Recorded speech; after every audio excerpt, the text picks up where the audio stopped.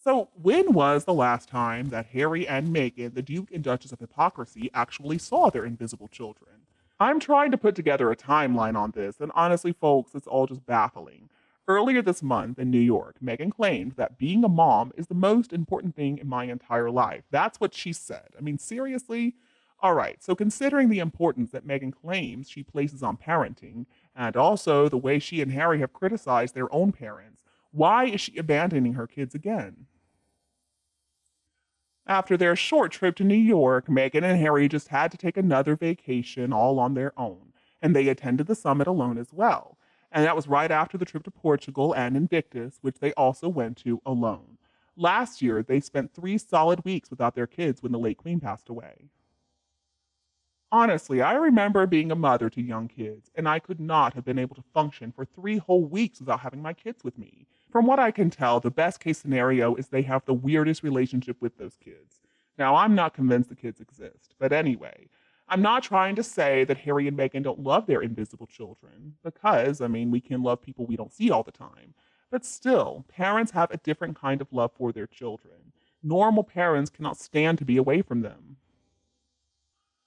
And how hypocritical. The two of them love to talk about how traumatic their upbringings were. So, if they really do have all these problems now as adults thanks to their absent parents, then what are they doing? Are they just trying to perpetuate the generational trauma caused by abandonment? And what irony that they went to New York to discuss mental health while letting those kids be raised by who knows who. What amazing role models. I really appreciate how much they care about the environment, too, so much so that they're going to take private jets whenever they can, and then they're going to preach to us that we need to reduce our carbon footprint. I understand the late Queen once left Charles and Anne for a pretty long tour when she became Queen. But is this not the kind of parenting they have tried to distance themselves from? The generational pain, as they call it, that's what they claim they were going to stop. I don't see how the continued absence of both parents is going to be good for those invisible children. Which is why I love seeing the photos of the Wales kids. Those kids are happy, they're well adjusted, and they're being raised mostly by their parents. The late Queen also has to be forgiven. It's not like she wanted to go and leave her kids behind. She had no choice. As Queen of Britain and the Commonwealth, it was her duty. She was monarch first and mother second, and that's the way it had to be. Now, as the Queen really grew into her role, things changed. Diana ended up breaking protocol when she took William along with her and Charles on that Australian trip. She was not going to leave her little boy behind.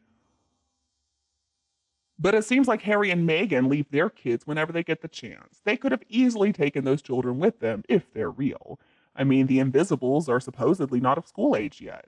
It would have been very easy to take them to Europe for Invictus, and Archofficial, if he's real again, at his age, I assume he would have loved it. But see, Meghan doesn't want to let those kids cramp her style. She doesn't want to have to actually pay attention to a child in public, and she may have been overshadowed by them. If there really are kids, I don't believe Meghan wants them in the public eye because she wants all the attention for herself. She doesn't want to have to compete. And I guess the rent a kids can't leave the country, and the dolls are getting way too big to carry around at this point. We all know why Meghan said being a mom is the most important thing in my life. She is still trying to convince us that she's this loving maternal figure when she is anything but. In my opinion, it is clearer today than it's ever been that there are no children living with the two of them. Now, maybe they do have biological children, and maybe those children exist somewhere. I'm sure they weren't born from Megan's body, but maybe from a surrogate. And obviously, any children they have are only on loan for special occasions. Megan has shown several times that she doesn't even know how to hold a baby or a small child. Harry has a little bit more skill in that area, probably because he used to spend a lot of time with his nephews and his niece. But they don't go on family vacations together. They don't go to the beach. They don't go out to the park. They don't go to Disneyland. They don't go anywhere. They don't even go for a stroll around the block. Whoever is actually taking care of those kids, well, I hope they have a better life with that person than their fake parents.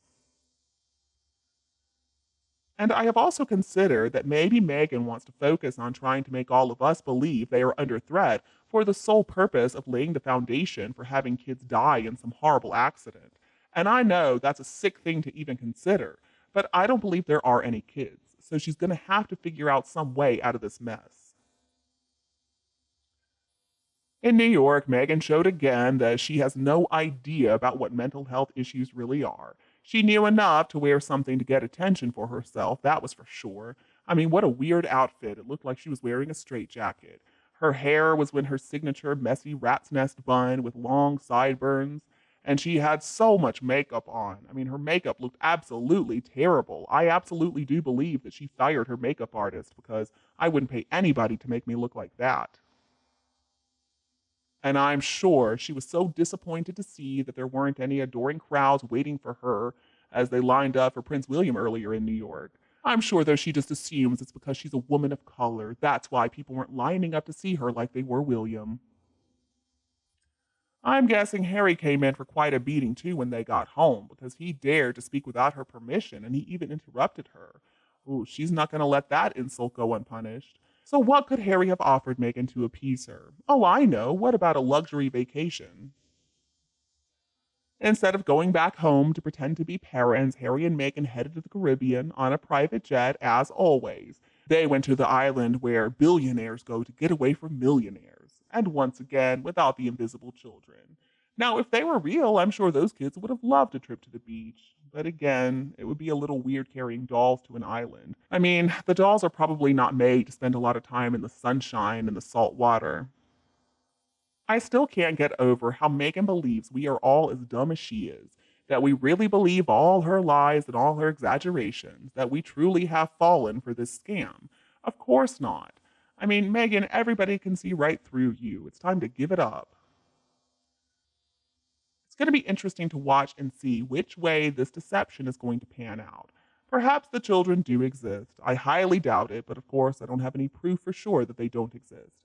But at the end of the day, does anybody really care? It's not like we have been allowed to really fall in love with them like we have with the Cambridge Wales kids. We know them as people now. We know their little characters, but the Sussex children, I mean, as far as we know, they really are dolls. And if they don't exist, which I believe is the case, I can't wait to see how Meghan and Harry are going to try to explain that away. I've got a few ideas of what they may try, but I don't believe the king is going to pay a dime. It's against the UK government policy to pay kidnappers after all. And this would be a convenient way to end the non existent children problem. I mean, if Meghan could somehow figure out how to stage it so cleverly that the FBI doesn't find the truth, she might get away with it, but I don't think so. Harry has talked about how hurtful it was for him when people would ask him who his father was. Just imagine the pain of people wondering if you even exist. But Harry and Meghan only have themselves to blame for this problem, much like all their other problems. Harry and Meghan are the reasons there are so many rumors floating around about these kids. When Harry was a child, he was not so isolated like the invisible children. He and William would go out with their parents and they didn't experience any problems. Diana would take the boys to a theme park where they had to line up for rides with everybody else, and they would only have one bodyguard with them and his son. Harry has attacked his father time and time again for supposedly depriving him of a loving, secure childhood. Well, as far as we can see, Harry's not doing any better himself as a father. I mean, their kids, again, if they're real, are growing up. And they're not in a goldfish bowl like Harry claims he was. Instead, it's a lot worse. They're basically in a prison. They don't get to experience the world at all. So I think if the kids are real, when they get older, they are going to have some major problems. You know, it's weird to me that they don't even make up a story about that they took the invisible kids on vacation. It would be pretty easy to do. They could just claim that they left the kids in the room, that the kids are with the nanny, but they don't even bother doing that, which tells me they are certainly not parents at all. And you, what do you think about this news? Please tell me your opinion below in the comments. If you think my video is helpful, don't be afraid to like and share it with anyone else who would love it anytime you want. And please subscribe to Kate Middleton and the Queen channel to get more updates in the future. Again, thank you so much for watching, goodbye, and we'll be back to see you tomorrow.